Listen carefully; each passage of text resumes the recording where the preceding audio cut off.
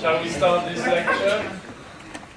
So thanks for coming for this ninth lecture. There's only one remaining for this semester. So we have 10 lectures in the first teaching block and 10 in the second one. Okay. So then we will have a nice deserved break for a few weeks, and then we will be back early January. So today we are going to speak about wireless networks and something called UBI. First of all, so let's look where we are going into different themes. So we are making some good progress on the IT fundamentals. So today we are doing these network technologies. And next week we will be doing file formats, images and compression. So that you will have finished the IT fundamentals at the end of the first teaching block. You started making things, apps, with NADA the last past weeks, and we haven't done much on web of data opportunities, but that's going to come in the second block. And obviously we are still doing some web prototyping. At the end of the lecture, it is a good idea to stay because I'm going to speak about the main piece of coursework of this module. So as you know, every week we have an activity which is worth 4%. There are 20 lectures, so there are 20 activities. That's 80% of the whole mark. But there's also an independent piece of coursework which is worth 20%. And it's about web prototyping. So the details are already on Blackboard, and I will present that at the end of this lecture. So it's worth basically 5 activities. Okay, a bit of feedback of the first 8 activities. As you can see, the numbers of submissions are going down. Especially for the last few weeks. Hopefully the break will allow people to catch up. But still there is activity 6, which is expected next week. So that's the PHP activity, which is quite an important one, because if you cannot do that, you will not be able to do the big piece of coursework. Okay. So I would like to have everybody to submit that activity. And you will be able to reuse the material submitted there for the final, for this big piece of coursework. Okay, so in terms of feedback, very positive. So not that many people tried this activity, which relied on making an app. I know that it's a bit scary for first-year students, especially during the first semester, but the people who have done it well. So they enjoyed it. They thought it would be really hard and difficult, but at the end of the process, you follow the instructions, you look for a bit of information on the net, and you can do it. Okay. Again, people are enjoying it.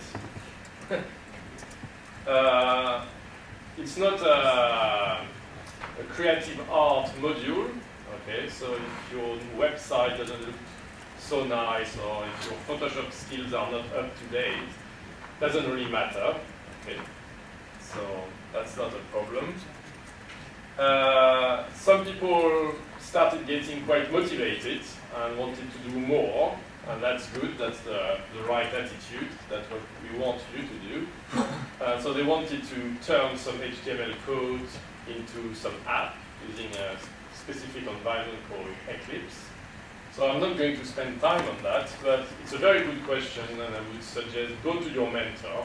Okay, they have the technical skills. They can spend time with you and help you to achieve those kind of things. Other people wanted to edit JavaScript files that they use for making their apps. So they were quite keen to know more about JavaScript, and you will know more about it during the second teaching block. Okay, we will go through JavaScript quickly as well. In terms of, so all that were more than comments than questions, really. So there are a few general questions, wondering, who is building apps, okay? Has every company an app building department, or does it work more with companies specialized in building apps for organizations? So as you can guess that if you are a small company which has nothing to do with IT, obviously you will contract the work outside. If you are a massive IT company, you will have people inside able to do it. What is interesting on the app market, you have a lot of companies delivering that kind of services, but you have also plenty of freelance professionals offering their services. Some of them may be a Kingston University student. Okay. So every year we have students who have very specific skills in certain environments and who make money by making program apps for companies. Okay. So if it's your case, why not give it a try? So if you Google those keywords on the internet,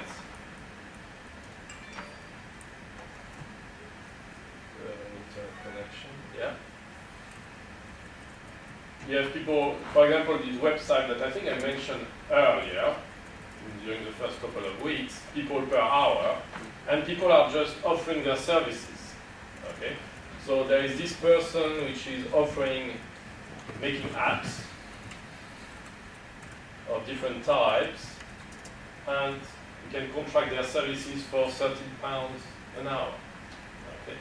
So maybe some of you should register on this website and offer your services if you are able to deliver. Okay. So the app market is huge. It's not only just big IT companies which make them, it can be people like yourselves. Okay. And you have seen that making an app doesn't need to be very difficult. It depends obviously on the type of work which is required. You can see also a variety of prices. £56 per hour. Hopefully they deliver some very high quality apps. £5 per hour. Obviously it's an international market, so maybe in some countries £5 is a lot of money. Okay. So that's all the question I had. So not many people tried. Most people succeeded very well, and then there are more side questions which were not really on the work itself. So just to motivate people who haven't done it yet, I will give you some examples. So if you have looked at the activity, there were two types of possible development: either apps, demo store apps, or HTML apps. So here are a couple of examples. So that's an app which allows you to get some information about the Apple world. Okay.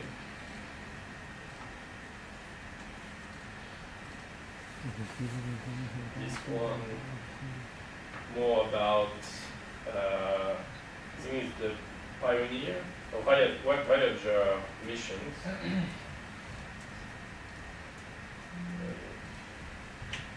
Videos if you want.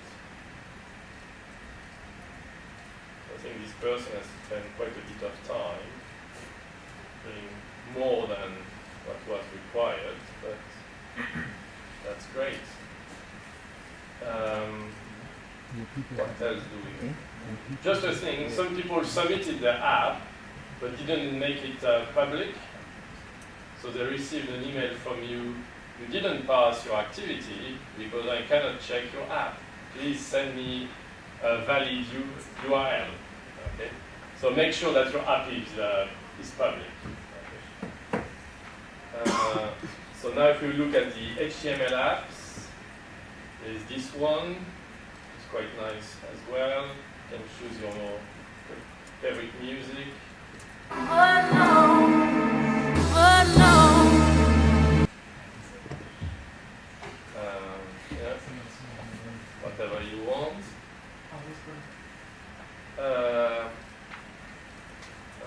Another one.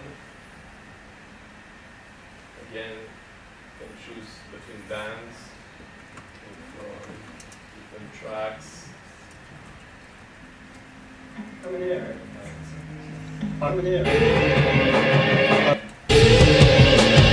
Great stuff. Okay, just a few examples, but you know, there are just students among yourselves who have done a great job. So if you haven't done it yet, please emulate this because it looks very nice. Okay. So I'm not going to say more about Activity 8. Just give it a go. It looks a bit scary, but you get eventually you can get something pretty nice, pretty neat, and you will get your points.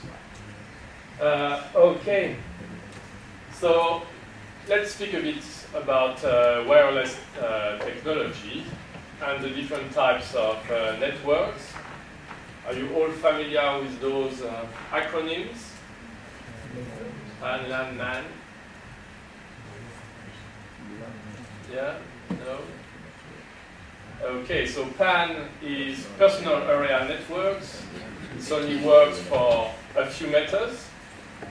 And two technologies are available. One are radio technology, the other one are infrared technology. So do you know names of those type of technology? Bluetooth, yeah?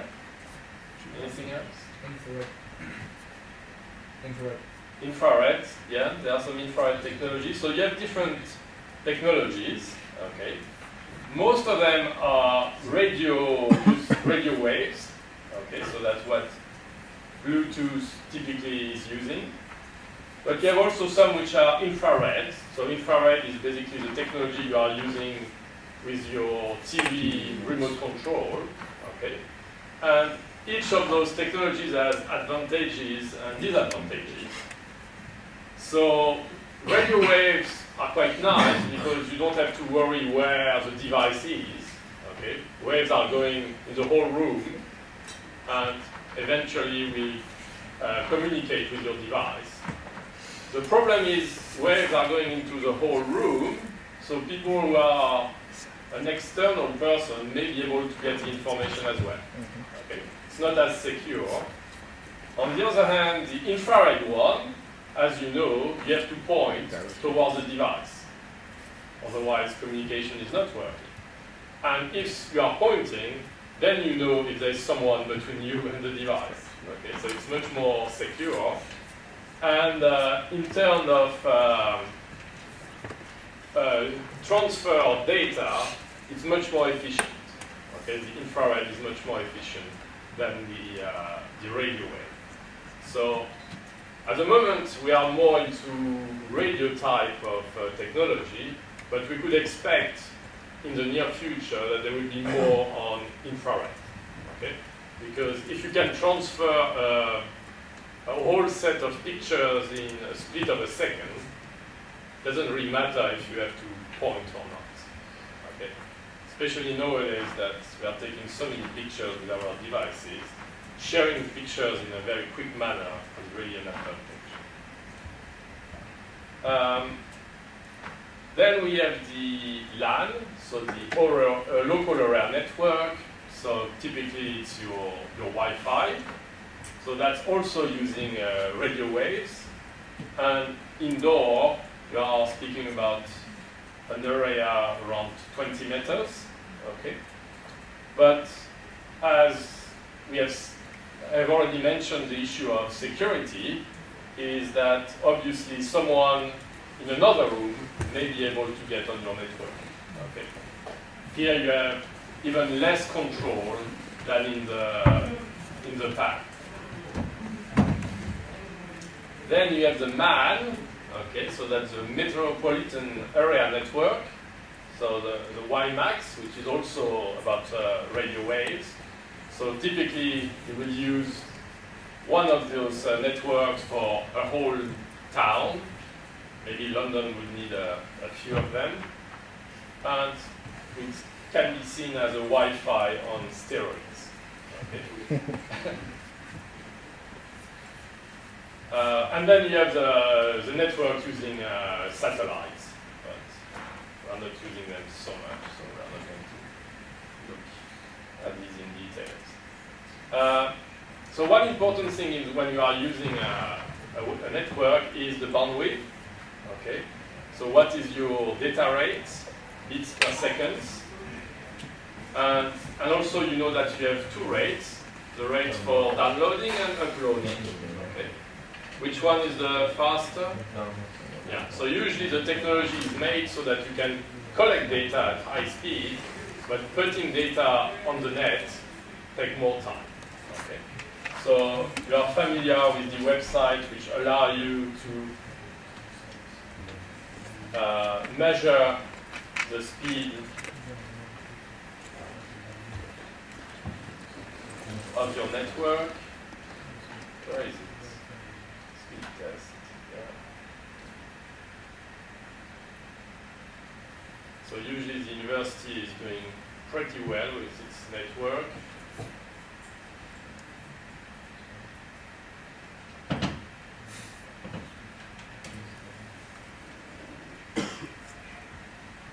So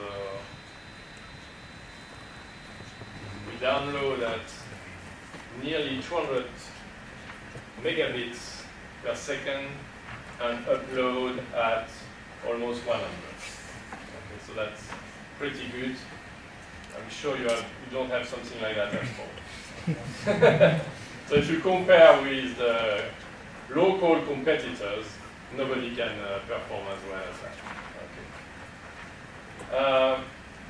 200, that's pretty good because I did the experiment in my office yesterday and only got 100. So somehow the network here in this room is better. So just to have some idea about the speed, so what is the size of a standard DVD? 4.7. Yeah. Let's say 5 gigabytes. Yeah. So how long would it need to download a DVD of 5 gigabytes using a connection at 100 megabits? Not too long. Not too long? Every gigabyte is 1,000 megabytes. So, Yeah. 10 minutes. 10 minutes. So let's look at the details. So that should be a 5. No. You have first you need to convert the bytes into bits. Okay, because the speed is in bits, it's not in byte. Okay, so 1 byte is 8 bits. Okay, so the DVD size is 40 gigabits, which is 40,000 megabits. Okay, so now we are with, let's say, 100. So we are going 400 seconds, which is around 7 minutes. Okay. Obviously, there are many parameters which will have an impact on your availability to get this bandwidth. Okay, so already depends on the network where you are, but it also depends on the traffic. So we can see that at this very moment, there's a lot of traffic in Western Europe, especially in Britain, France, Belgium, and the Netherlands. Okay. A bit less in the US. This is still the morning there. So obviously, the more traffic, the more efficient we will be in order to collect data. And also look at the latency.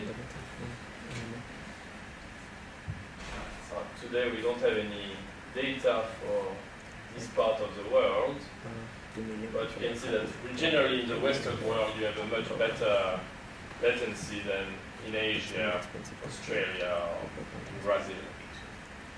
And obviously we have already looked at that, which are the attacks. And hackers have been very busy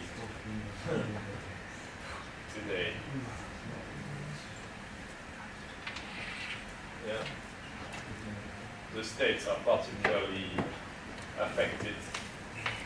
How do they measure this? How do they measure that? That's very good. Because if they know where they're coming from, they can just arrest them or something. Yeah, I know that they know where it's arriving, but where it's coming from is a bit more complicated. Yeah. Because they are doing a ping pong, Yeah. so they're going from one router to another. So to get the source of the attack. So this is the destination of the attack? Yeah. So people are attacking the UK and the US at the moment, mainly. And how do they measure this? So they're reporting that these attacks are happening? So how do they get that? That's a very good question. Thanks for having asked. I will investigate and tell you next week.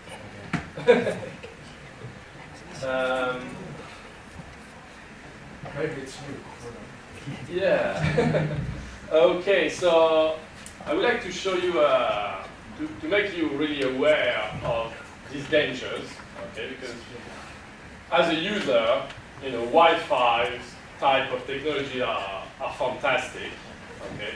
We have the feeling that we can access all the information anywhere, but it also exposes you to some dangers, okay.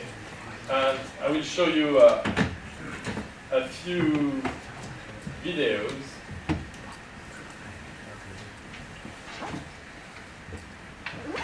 Yeah, so let's turn the lights down.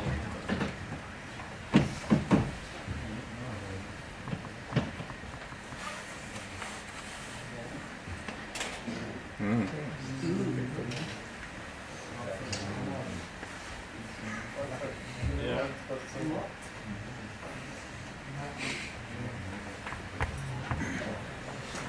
okay, let's look at this video.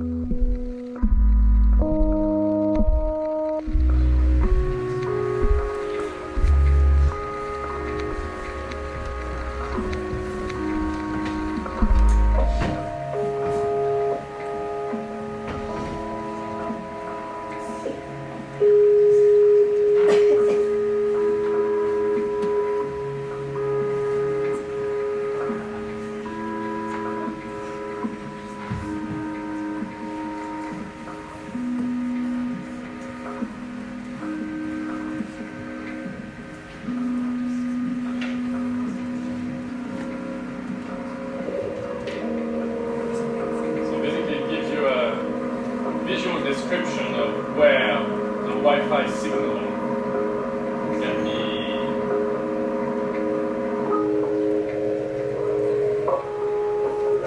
available.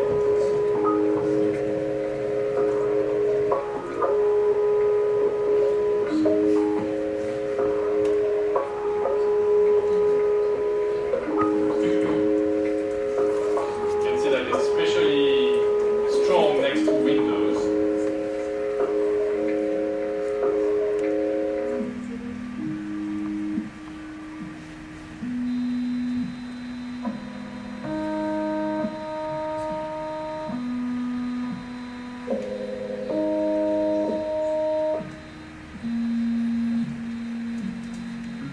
It means that anybody under your window can get access in principle to your Wi-Fi.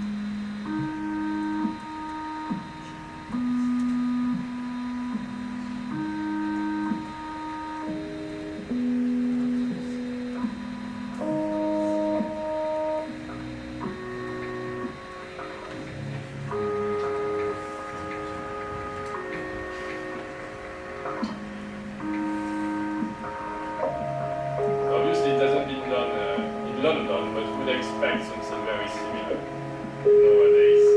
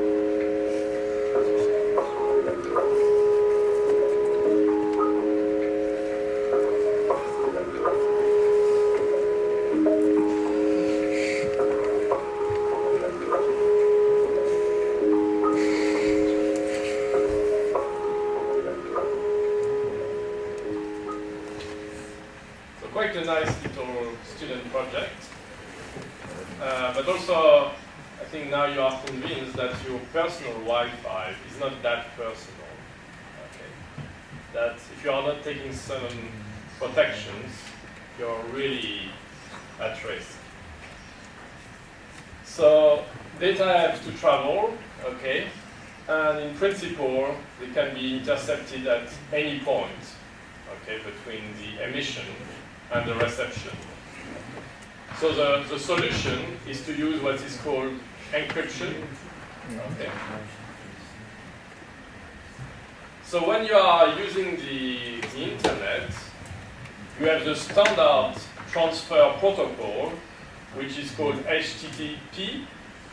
Okay. But for when you are doing things which are judged to be sensitive, another protocol is used, which is the HTTPS. Okay?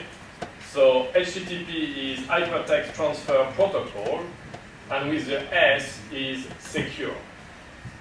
So you have to understand when you are using the HTTP protocol, your data are visible to anybody who can get onto your network. Okay? And when you are surfing the net and looking for news on the BBC website, it doesn't really matter, okay, if anybody knows what you are doing that you are doing on the BBC website. However, when you are going on your bank account, that may be a bit different. And then what happens when you are going to go on your Hotmail account, your Facebook account? How secure are these environments? So this secure environment, this S, is using this additional protocol which is called the transport layer security. Okay? And make sure that your data are encrypted. Obviously, if you are encrypting your data, it's going to slow down the process because each time you are doing a request to a server, your request is encrypted. The server will need to decrypt it. Then it's going to send the information you have requested, encrypt them, send them, and you at reception needs to decrypt it. Okay? So it means that the process of sending and receiving data is slowed down. Okay? So that's why this secure protocol is not used all the time. Okay?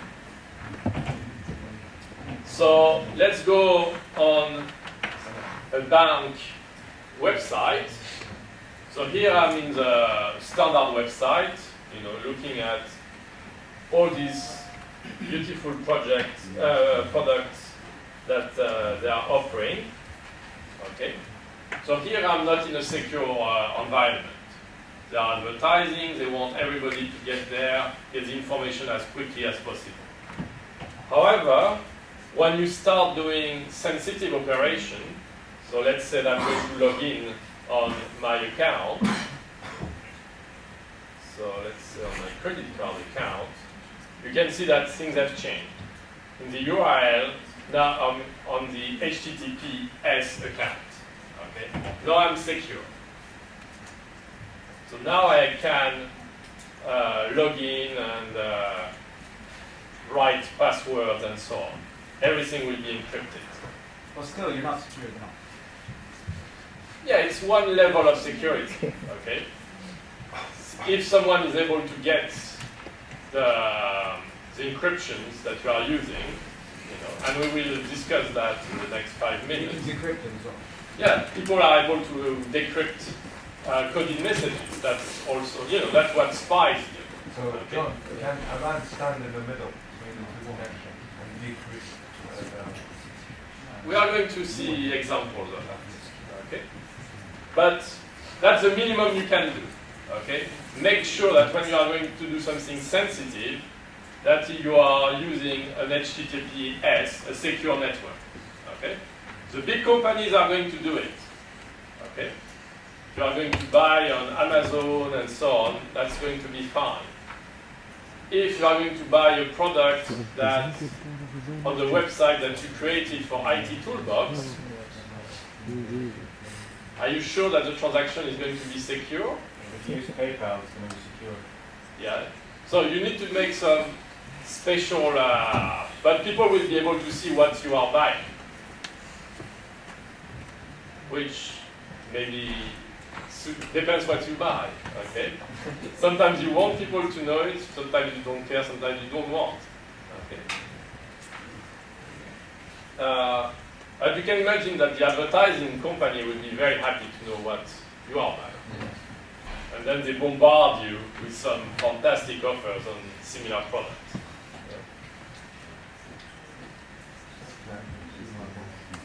Okay, so let's speak a bit about encryptions. Okay, so we are not going to go into the great details, but I want you to have a basic understanding.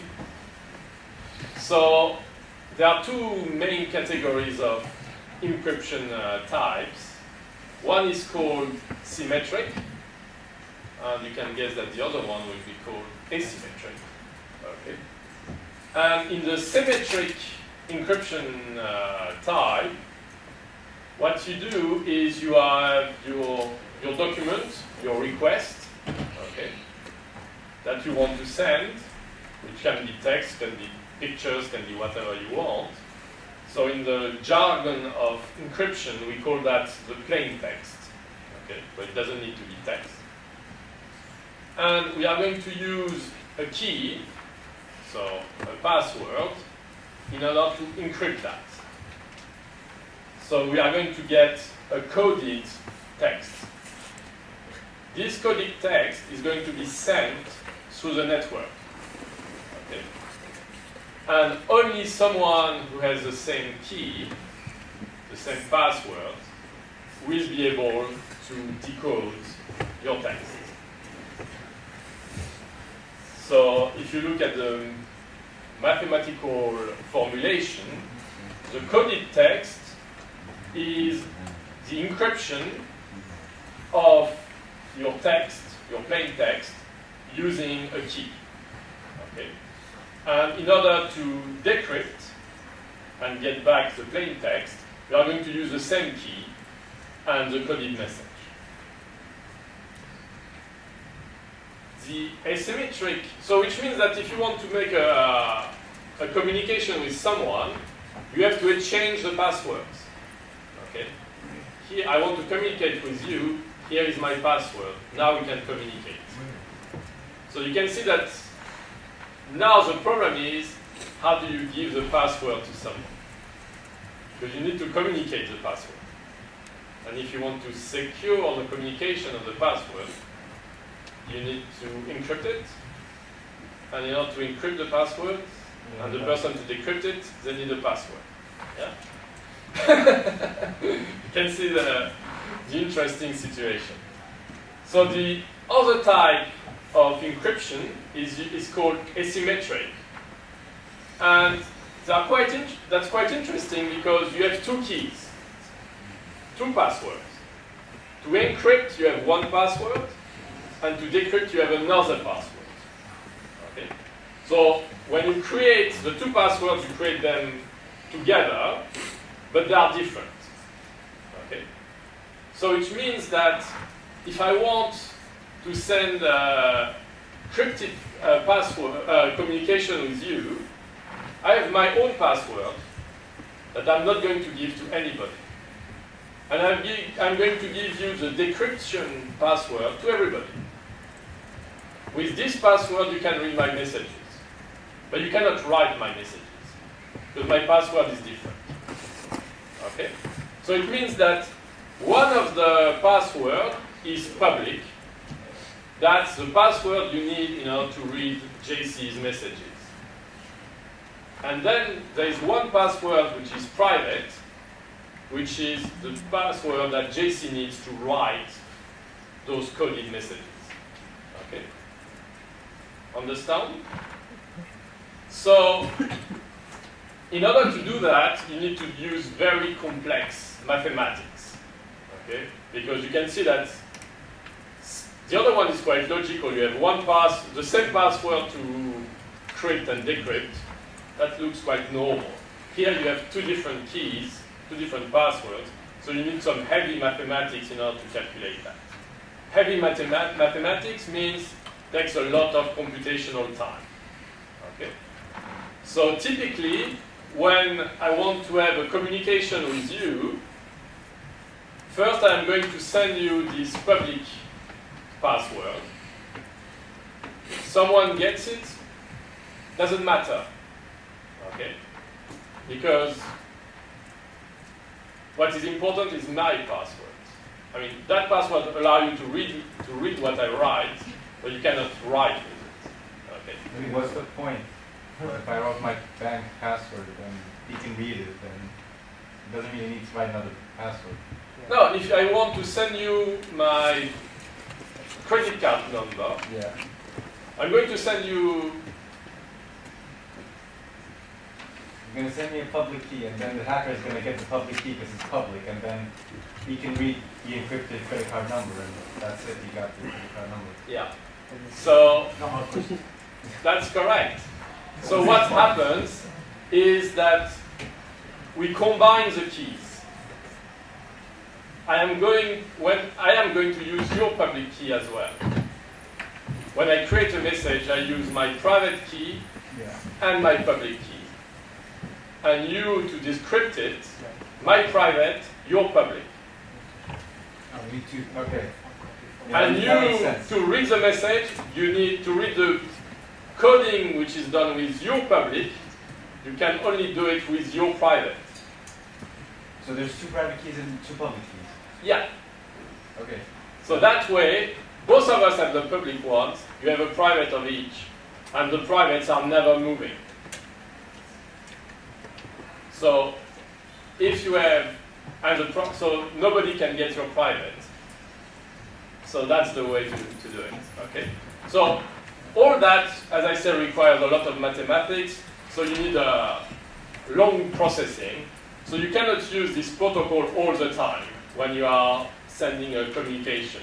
Okay. So what you do, you use this protocol first, And using this protocol, you are sending the symmetric key. So I pass you the symmetric key in a secure manner, and then we can communicate between the two of us. Okay. So I'm not going to speak about how to create asymmetric keys. Okay.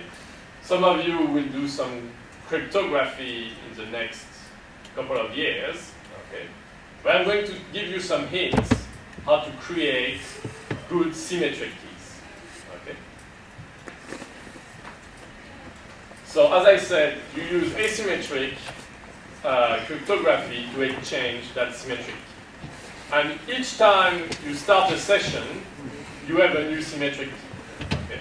So because obviously the hackers will try to decrypt your key. Okay? They're going to spend time and try to break the code. So if each time you communicate, you change the key, they may break the code in 1 week, but we'll have already changed key. Okay. So currently, the professional algorithm for creating symmetric keys are called 3DES and AES. Okay. So the very interesting thing is that this secure communications at the age of the internet. So you believe that you are using very sophisticated methods. Okay. But as you are going to discover in the next few minutes, we are going using stuff which is very old. Okay. So in order to create those keys, we are using two types of mechanisms. One is we use substitutions. The other one we are using transpositions. Okay. So first of all, you have all done that when you were a kid. So A equals 0, B equals 1, and so on. And when you reach the end of the alphabet, you go back to the beginning. Okay. So for example, you have the letter Y, you add 3, and you are back to B. Okay. So that's how messages are understood. Okay. And then, now that you have your message, which is replaced by numbers, now we can use those mathematics in order to code your message. So the first one is called the Caesar cipher. Okay. So as I said, it's pretty old because it was created by Julius Caesar. Okay. So that's the technology that we are using today. Okay. Something which was created 2,000 years ago. Okay. And they were using that to communicate on the battlefield. So it's a substitution cipher. And it's very simple. The letter they want to write, they don't write that letter, they write that letter plus 3. Okay? So you shift all the letters of your message by 3. So if you want to write treaty impossible, you are going to write this piece of text. Okay, so your T, you add 3 letters, becomes plus 1 is U, plus 2 is V, plus 3 is W. Okay. Very simple. So as you can, so it's very simple. Okay. Obviously, in Roman times, many people couldn't read, so even if it was not coded, they couldn't get it. And you don't need a computer in order to decrypt your message. Okay, you can do it by hand. However, there are limitations. One of them is that it preserves what is called patterns. Okay, everything is shifted by 3. So, for example, the word the, which is maybe the most common word in the English language, is going to become W, K, So you're going to send the whole text, and in plenty of spaces you will have WHK, WHK, WHK. So if you know that the language of the message is in English, yeah, that could be there, okay. Then you count how many is missing in order to do that, and you can decrypt the whole message. Okay. So with the password here is 3. Okay. You don't send the password, but people look at the message and say that must means there. So I can decrypt the message. Obviously, you can add 3 for E and 4 for A, and you can do that kind of stuff as well. Okay. But then you can also look at the statistics of your message. You know that the letter which is the most frequent in English is E. So you look at your message, what is the most frequent letter? W. Okay, W means E. What is the second most frequent? A. Okay, all the C's are going to be A. Okay, so that's the kind of traits that the bad guys are using in order to understand your message. Okay, so as we can see, this kind of cryptography has a big weakness, because if you use statistics, you may be able to find the code. Yeah. Obviously, the longer your message is, the more efficient statistics are. Okay? Because if you send just one word, you're not going to get statistics out of that. So, can you decrypt this actual Roman message?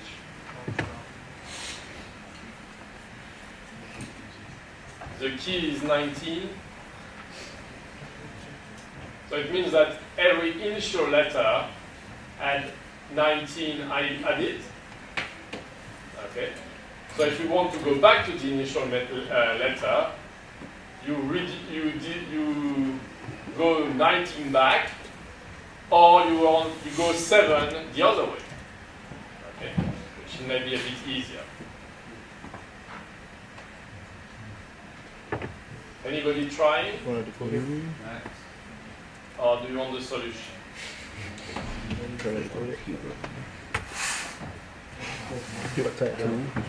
So M plus 7 gives us NOPQRST.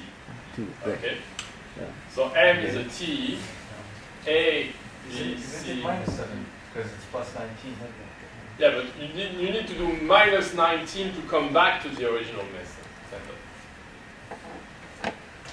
So you have the initial text, and they added 19. Now you need to so now if you want to go back, you have to deduce 19, or add 7. Yeah. So A plus 7 gives us B, C, D, E, F, G, H. So now we have TH. There's a good chance that the X will be E. Yeah. But we have the message. And so on. So that's the solution. You can meditate about it if you wish. Okay, so that's one of the ways to code a message. Okay, but we have seen that way has limitations.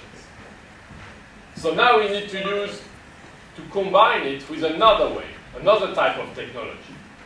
And obviously we want top modern technology, so we are going to go to so we are going to do some transposition. Okay? So transposition is that we are going to mix the order of the letters inside a message. We are not changing each letter by a new value, we are changing the order. Okay? So that's the concept of transposition. So transposition is diffusing the message. Okay? And when you mix that with transposition, then you get some very strong codes. Okay? So when you combine two coding systems, you have what is called a product cipher. But also you need to make sure that the product cipher is better than the original one. Okay? Because imagine you have the cipher plus 3, then you code with the cipher minus 3, you are back to the original method, even if you have coded it twice. Okay? So you need to make sure that how you combine the different coding systems make your message strong, your coding stronger. So the transposition, we are using up-to-date technology from the 5th century BC. Okay, so that's coming from the Greeks. Okay, so the technique was quite clever. They had a piece of wood. They had a leather strip. They unroll the strip around the wood, write the message, unroll it. If you don't have the right piece of wood, you will never be able to read it. Yeah? So here is the original message. That's what you write on the wrapped piece of leather. You unwrap it, and you have something which has nothing to do with your initial message. Okay? So you can see it's quite efficient. And if you do some analysis, you will see that the most common letter is E. Of course, the letters haven't been changed, so you just get the normal statistics of the English language. But those statistics are not helping you to find the code. Okay? So here is another example of how to do it. This is a secret message. You write it in row, and then you take all the first letters, second letters, third letters, fourth letters, and that's your new message. So we have just mixed the letters, we haven't changed their values. So if you want to do an efficient coding of your message, you are going to combine both, changing the value of the letters and changing their orders. And that's what is within what is called the data encryption standard, DES, which was proposed in 1976. Okay? So that was the first protocol in order to send secure messages. And what they do, they're just using those two old techniques, the Greek and the Roman ones, but they use 16 times each of them. Okay, so they are trying to mix as much as you can. The beauty of it is that you are using only very simple operations. You are just adding numbers or changing the orders. So you don't need a very powerful computer in order to understand to make those operations. Okay? So you can have a very small chip dedicated to that work. And in that standard, the key, so the password, which tells you how to mix things, how to change things, had 56 bits. Okay? Which is very short. And the thing of this algorithm, which is very nice, is that you use the same algorithm for coding and decoding. Okay, so it's called self-inversing algorithm. And the world has lived very happy with this algorithm until 2006. So for 30 years, this algorithm was simply unbreakable. Okay? And then in the year 2000, the internet became quite, it started to grow, and now you are able to recruit 1 million computers if you want, and with 1 million computers, you can get the code. Okay? So it means that the concept, what? Bots, using bots. Using? Computers as bots. Yeah. So, using brute force, you just try all the possible passwords. Okay, there is nothing clever in it. You just all the possible passwords until you get a message which makes sense. Okay. And because the password is quite short, 56 bits, you can recruit enough computers on the internet. Okay, that's what hackers do. Okay, and you can decrypt messages. So in 2006, the international organization dealing with security on the net said you cannot use this anymore. Okay. So now there are two alternatives. One is to use what is called triple DES. You do this 3 times with 3 different keys, 3 different passwords. And now it's so big that you need thousands of years with 1 million computers in order to solve it. Okay? Maybe in 20 years' time, our computers are going to become so powerful that it will not be secure anymore. Okay? But we still have time. Or there's another standard, which is called the Advanced Encryption Standard, which also have a much larger key. Okay? So just to look a bit inside the DES algorithm, so you have your initial text and start by permuting the letters. Then one part of your letters are going on one side of the algorithm, another part on the other side. Okay? And initially you have 32 bits, and by doing some basic operation, you move it to 48. Okay? And then you are going to use what is coming from your password, from your key, in order to mix up part of your message. And then you are going to do substitution. You are going to do permutation. And that bit, you are going to do it 16 times. Okay? And on the other side, even your password is going to be mixed in many ways to confuse even more the hacker. Okay? So here I have a small demo where you can write your text in binary. Okay?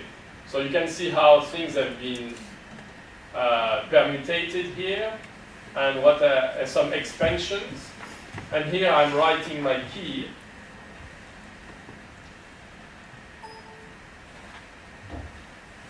So it creates a first key, which is going to be added to my message.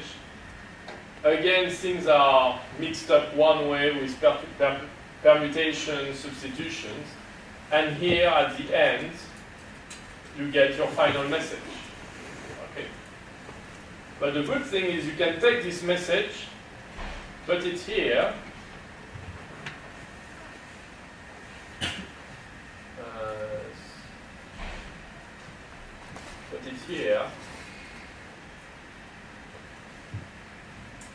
and you should get the original message. Okay? Because the same algorithm is used for coding and decoding.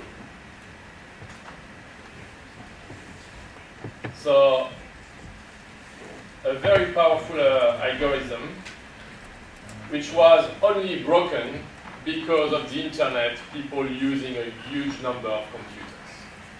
But so it means that the concept of the algorithm is good. The problem is that the number of possible passwords is very small. Okay? So, as a general rule, the longer your password, the better it is. Okay?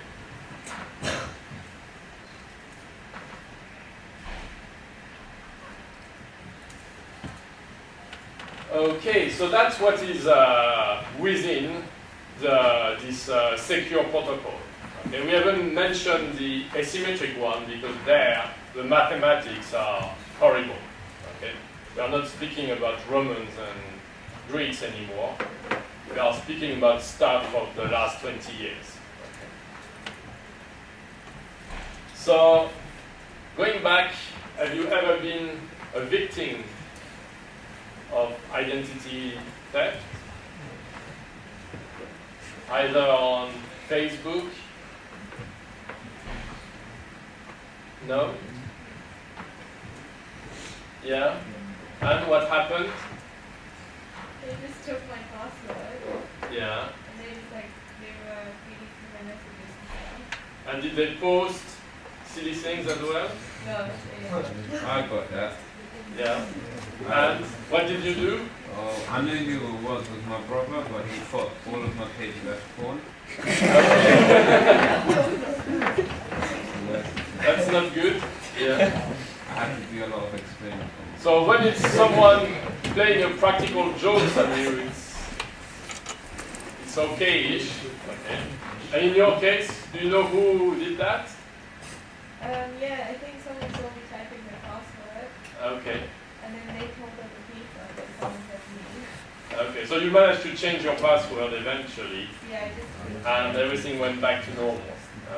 So that was not too nasty. Maybe it was a good experience somehow. So now you know that you need to be more careful with your password. How about when they send you an email, because my account got hacked like that? Yeah, so there are problems with email accounts as well. No, And I say Facebook. so I think hacking your Facebook is bad. Your email account is worse, and your bank account is really the worst which can happen.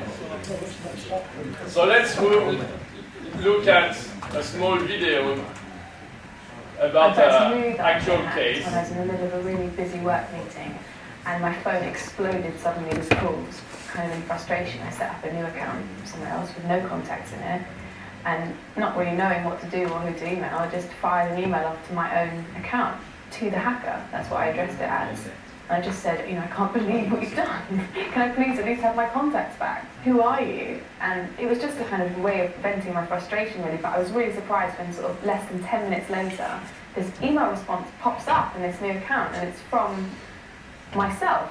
It's from my address. Someone is sitting inside my account and waiting to email me back. And it just said, I'll give you your contacts back for 500 quid.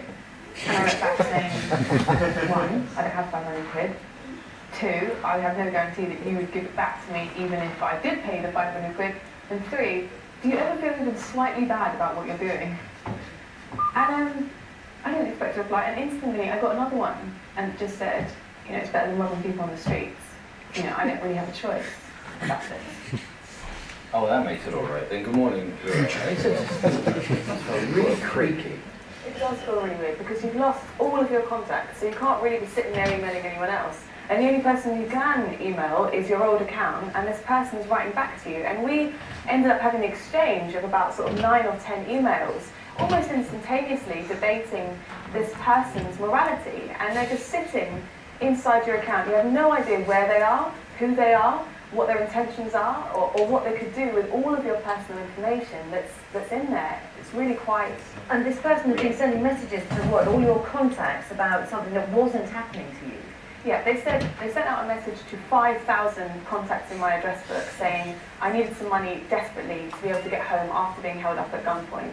And they just literally blanketed that out to everyone. And the thing that got me was that it was all of my elderly, non-internet savvy, sort of often like maybe kind of migrant friends who were responding to that, who couldn't see through it being a scam. They were the ones who were most worried about me and most likely to go across and send the money. How did you resolve it in the end? Well, that's the problem that really struck me, is that you sort of feel completely powerless, because I tried instantly to get hold of Google, and there is no one to contact. Yeah, I should say it's a Gmail account. Yeah. And I literally kind of tried to contact them. There was no phone number to call for this kind of problem. I sat on the phone and got hung up on a couple of times. Google's head office refused to answer anything that I was addressing to, even when I said I was a journalist and wanted to write about it. And I think that really got me, because Google and Gmail makes a lot of money on the idea that it is the human face of the web. It's a friendly company. That's why we like it. And the idea that you couldn't actually talk to someone afterwards was quite difficult. We have got a statement from Google, and I'll just read it out as well. A Google spokesman saying, at Google we take online security very seriously. We are always developing technologies to help protect our users, and last week launched the Good to Know campaign to educate on the steps all internet users can adopt to keep themselves safe online. So tell me, how often does this sort of thing happen? sadly, it's becoming increasingly common. The content of the email that goes out varies quite a lot. In Rowella's case, it was a kidnap email. In other cases, we've seen people who claim, oh, I've lost my passport, I've lost my bag with my phone in it. There's normally a good reason given why they can't use their mobile phone and are resorting to an email. And it always creates a sense of urgency in order to try and get friends to send money quickly. Okay, so how did it happen? How did they get in there? Well, by far the easiest way is to somehow get your password. And there's a number of ways they can do that. Very often just by watching over your shoulder in coffee shops or on the train or in an internet cafe. They can also have quite a good guess by looking up personal information on social networking sites and finding out your hobbies, the names of your family, the names of your pets. And failing that, they can resort to technical methods and phishing emails. So you'll get an email that says your account is about to be closed, enter your details here to stop it. And of course the details go to the criminal. Or in a very worst case, they'll actually put some malware on your computer which looks for when you send your password and sends it to the criminal. So did you end up paying £500 or what happened? No, I just wrote back and said I've got no guarantee to send me the money. You know, I have no intention of giving this money to you at all. What happened was that I had a friend of a friend who worked at Google really helped me out. And it didn't take very long when they sat down to do it. But I'm not sure if they would have done that if I wasn't a journalist or if they weren't. Were they able to track down the perpetrator? No, and that's the thing, is that you don't really think that anything's going to happen with this, because there wasn't a huge amount of money stolen. The police don't give it a huge amount of time, they don't have the resources. You know, these are often kind of scams that are in other countries, and Google has no formal means of joining up with the police as far as I can see. But the thing I would really like to make clear here is that even though the kind of physical resources weren't taken off me, there's a psychological impact that's going on there. I mean, if someone's got your email account, that hacker, after they knew I was writing about it, sent me quite a lot of threatening messages afterwards, saying, you know, not to put too fine a point, but you're an ungrateful bitch.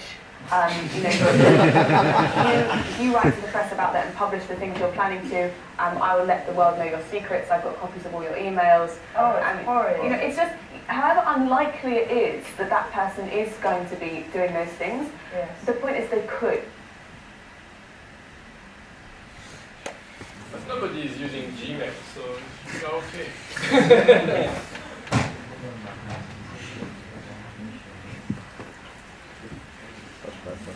Okay, so are you feeling safe, secure with your digital life? Have you heard about something called Fireship?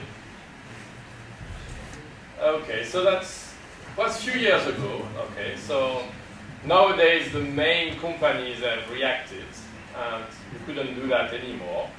But some engineers realized that serious companies were not putting the security where it should be. And in order to demonstrate that, they created a Firefox extension that anybody could download and use in order to spy on your network, your neighbor. Okay. So it was called Fireship and was used on Firefox, and it's free to download. Okay. Does it still work? Not anymore with those companies, because the companies realized that it was not acceptable, and now they have changed. For example, Google, initially all the search on Google were HTTP, and there was another website called Google HTTPS. Okay, so you could choose to be secure or not secure. And now by default you are secure. Okay, so companies are trying to follow, but at the time it was really a big bomb in the world of IT. So just giving you a demo, so to get you some nightmares. And they are just companies you have never heard of. Facebook, Hotmail, Amazon, people you would never work with. So you don't have to worry.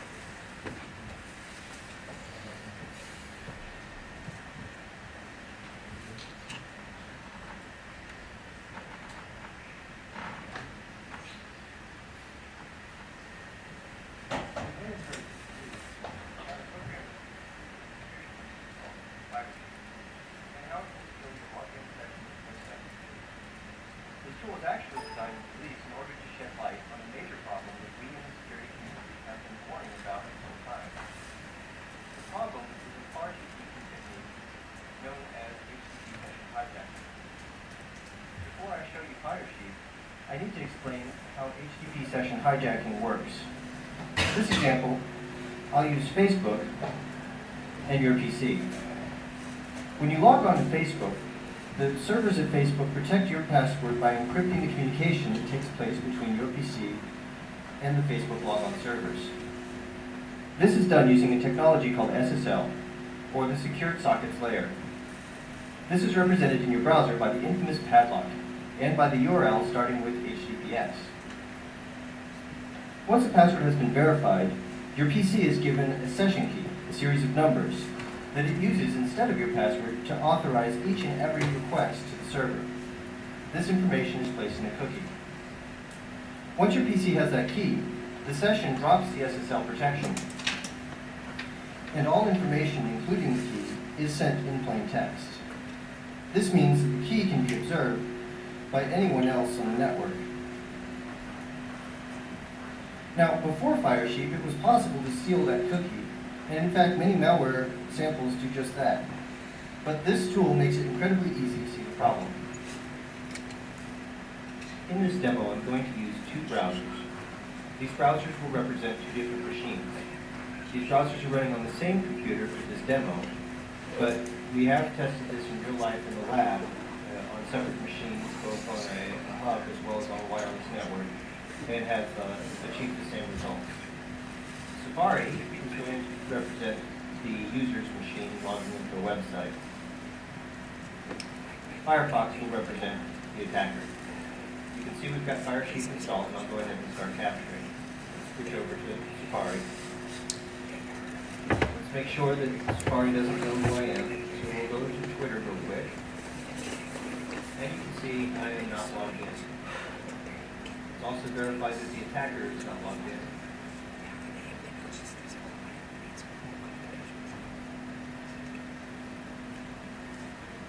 And you can see the attacker is also not logged in. So now, back at the user PC, I'll go ahead and log into my account for Twitter.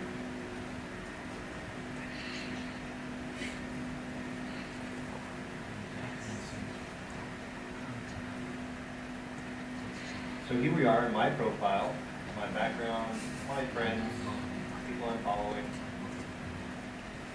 And let's go check out the attacker's machine. The attacker now has a little indicator here showing that I've accessed Twitter.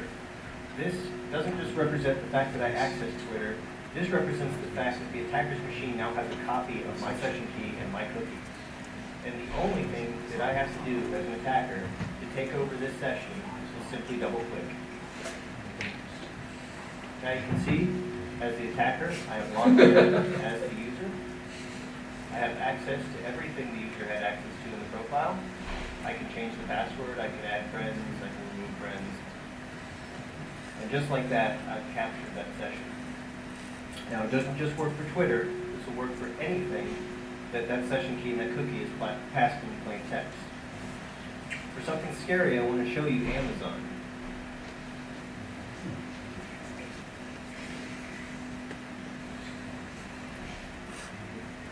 So we'll go ahead and sign in as my account.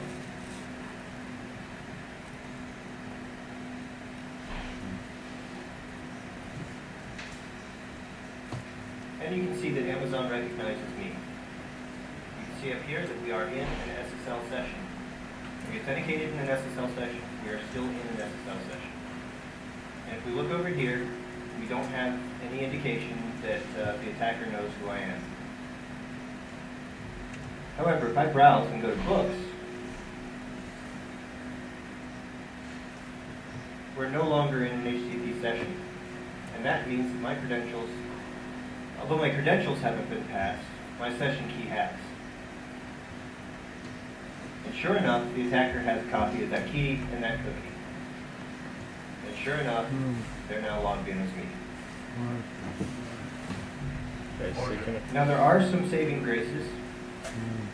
In the case of Amazon, if I go to actually check out, it will ask me for my password again, unless I've signed up for one-click purchasing.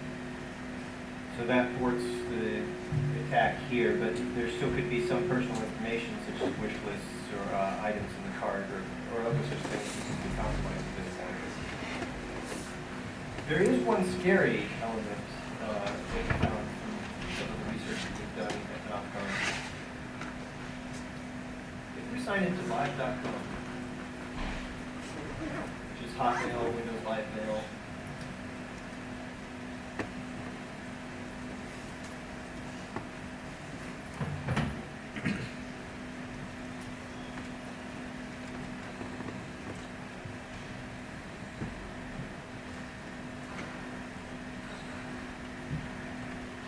you can see I'm logged in. Currently, Dave Smith. I can send an email. That's great. Go back to live. Jump over. The attacker saw the same thing. In this case, the scripts couldn't pull my name out, but it doesn't matter.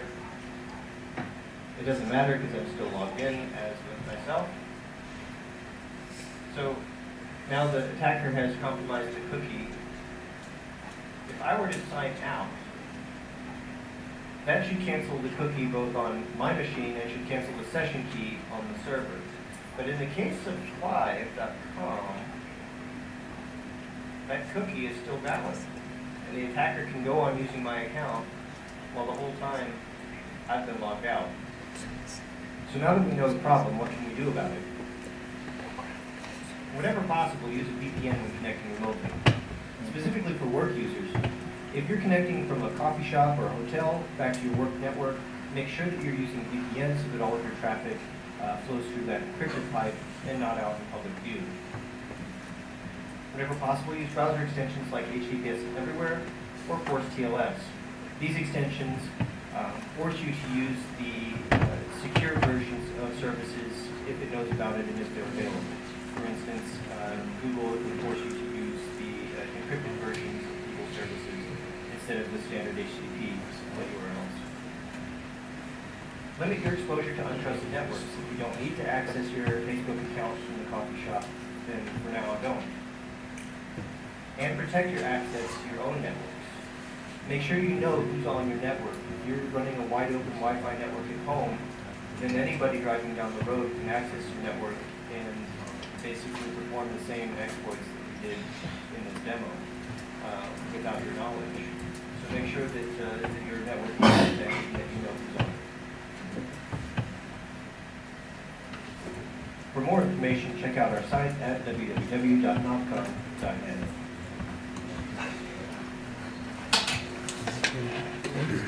So scary? Scary enough? Not really.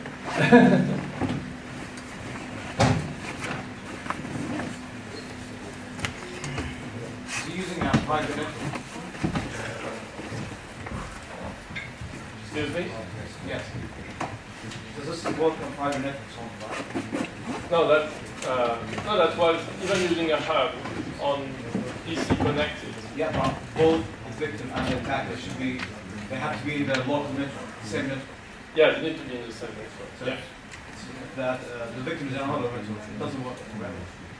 No, but that's the case. Or typically you are in the Wi-Fi in the railway station or in the train, and someone at the other. It's like sniffing. Yeah. So the people who created Fireship, fortunately, were the good guys. Okay. So they created Fireship. They said everybody can use it in order to shame Facebook, Hotmail, Amazon, and all the others, saying you need to do something because now anybody can get access to those data. Not only the bad guys, anybody can download it, install it, double-click, and get the data. But don't you have to be on the same network as the victim? Yeah, you need to be on the same network. Yeah.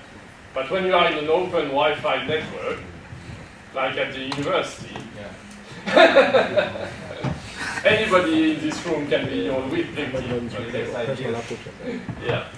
So they did a great job because now all those companies have solved those problems. Okay. So now if you go on Facebook, you will see that you are all the time in the secure network. Okay, they don't switch back to HTTP. Could have made a lot of money. Yeah. Just like selling like telling them there's a huge exploit in your company.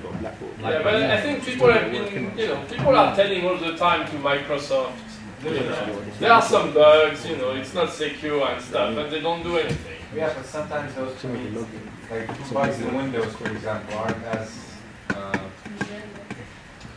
don't have the same impact as this one.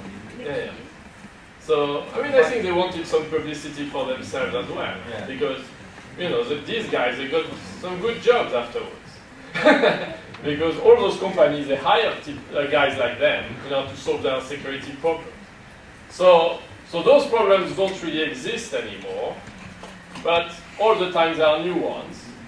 And some websites, especially for small companies, maybe the website you are going to create, you will forget to put this security, and your customers will be at risk of being spied on. Okay?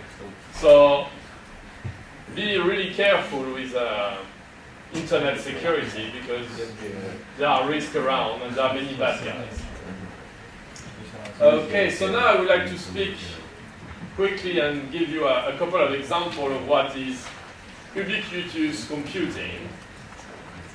So basically the old model is that the user sits in front of a machine or at their own device, and that's the way they are going to do their computing. So it's the user who decides to interact with the digital world. In ubiquitous computing is the opposite. Imagine that you have a whole digital world and you are just walking in the middle of it. Okay? And that's how the interaction is coming. So I'm going to show you a couple of examples, short examples, of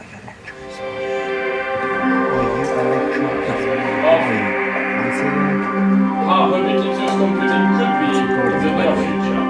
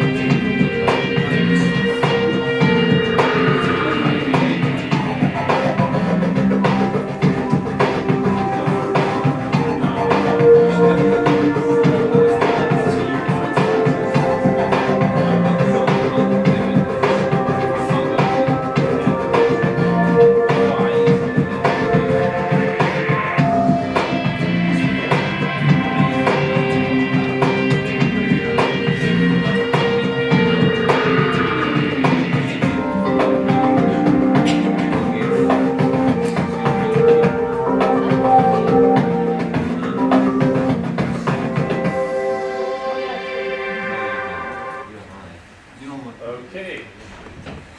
So that's some ideas about ubiquitous computing in the near future. Okay, some of these features are coming already with the smartphones, but that's where you are immersed really in a computing environment. Like just go back to the past. There was some examples of ubiquitous computing which happened again a couple of years ago in one of the most advanced technologically city of the world. Maybe you have heard of it. So let's have a look.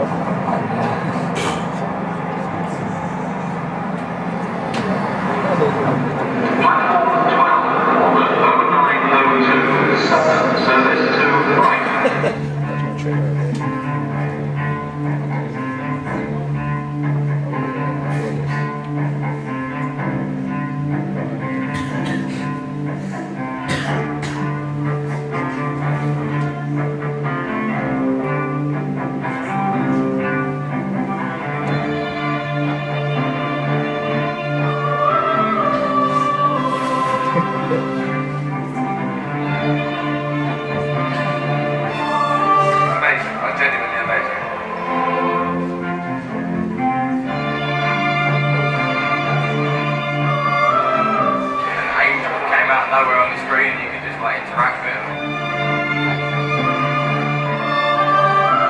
Brilliant, really cool.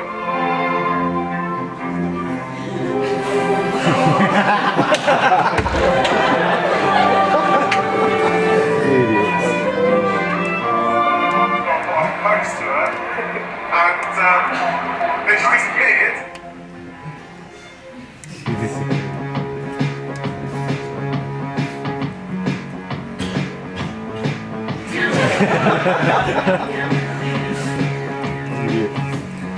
I'll pull over actual person now at the start. It was amazing, I don't know how they did it.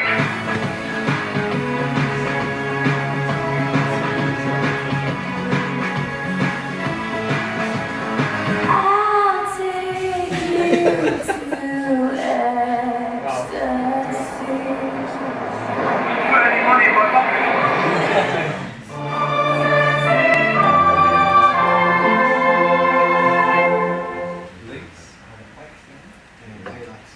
So you can see that ubiquitous computing is available here and now. Okay, so it's not just science fiction. Okay, so after this introduction about those two topics, we'd like to speak briefly about this week activity.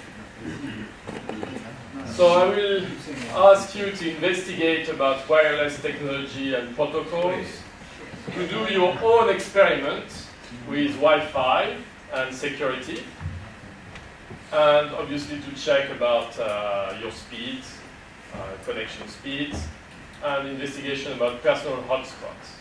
Okay. Also, I would like you to think about this ubiquitous computing and imagine some kind of new capabilities that will be available in 2020. Okay. So here it's about creativity. Feel free to get wild. Okay. What will be possible in 6 years' time? So imagine that you are going to a shop such as IKEA, and what kind of products, based on this technology, they could be provided. Okay. So that's this week activity. So now I would like to speak about your main assignment for this module. Okay.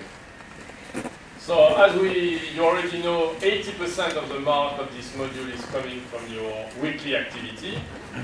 80%. We have 20 lectures, 10 in each block, and 4% for any successful activity, which makes 80% of your final mark. Okay. And those marks, each activity is either a pass or a fail. There is also another part of coursework that I will be asking you. towards the end of the module in early April, and it has to do with web prototyping. Okay? So you will be asked to create a website with dynamic web pages. Okay? So you have already seen PHP, which allows you to do that. So obviously it's building on the prototyping activity that we have done. Okay? So you don't need to recreate everything from scratch. Use what you have done already for your activities. But obviously I want the code to be yours. Okay? And obviously you will be using HTML, CSS, PHP. We are going to learn more about PHP, especially about databases and how to connect to a database using MySQL. Okay, so we are going to build a bit more about PHP, and we'll be looking as well at JavaScript, okay, which is another way of getting a dynamic web page. So I will ask you to, each of you, to create a small website demonstrating all the technologies. So I would like the website obviously to look professional and to provide a real service to users. Okay, it's not only just showing off that you can do a bit of JavaScript programming and stuff. However, the main emphasis is really about your technical skills. Okay. And obviously you can choose any legal topic for your website. And the deadline is the 2nd of April. Okay, so you have plenty of time, but you can start thinking about it and building it up when you are doing your weekly activities and they are related to web prototyping. Try to use that in order to build up this website. So what I will be, here is a marking scheme. Okay. So 40% of the mark will be about the technical complexity. So for example, if you are using WordPress, you are not going to get many points on that side, okay? Because, or if you are using just a static website, you don't will get many points. If you are using some basic PHP, you will be around the pass mark. And then if you start doing interesting stuff, your mark is going up. Okay, so you have the details about what I'm expecting regarding each technology so that you can have some idea about the mark you are targeting. So 40% is the technical complexity. Also, I will have 20% about the quality of the website, so how professional it looks like. Okay. It's a small part of the mark, but it's still important. And if you are making an effort on that, you will be rewarded with higher marks. And finally, I will need 40%, which is very important as well, is some comments about your code. Okay? You will need to write a short report, just a few pages, telling me what is your website for, who are supposed to be the main users, what are the different functionalities, and then for each functionality, to tell me how you implemented it. Okay, you have used PHP, you have used a specific command, you connect it to a specific database, a specific server, so I want all the technical details. Okay, and that will be worth 40%. So obviously it's still early days. Okay, we have seen only two. We have had only 2 lectures, 2 activities about web prototyping, but that's going to come quickly in the second teaching block. So start thinking about it because 20% of your final mark is there. Okay, thank you very much for your attention. And next, yeah.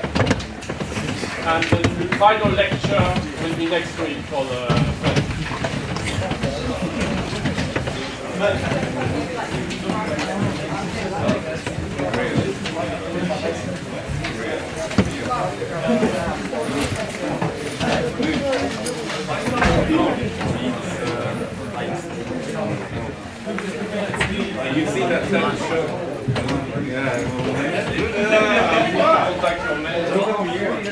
We have second year students.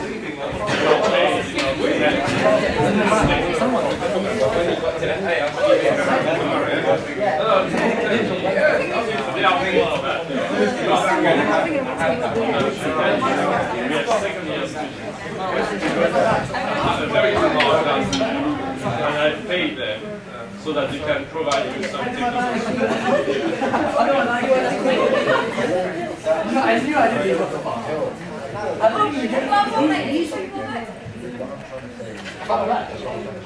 Yeah, you want to see him if it's necessary. Could we? Yeah. We need it because we have a server. And also our dad's just in case the rules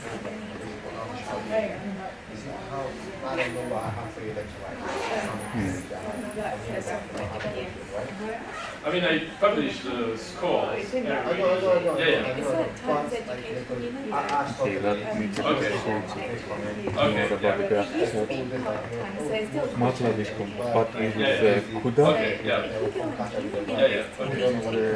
NVIDIA platform that allows GPU programming. Programming GPU. Yes. And they say here that at TV, so AMD has its own thing that's called OpenCL. Well, it's not that it's its own, it's that OpenCL is an open standard, while CUDA is closed. Yeah. But it's more. Yes. If they started first. So I have to see if MATLAB. Just a Okay. No, she did it in India. So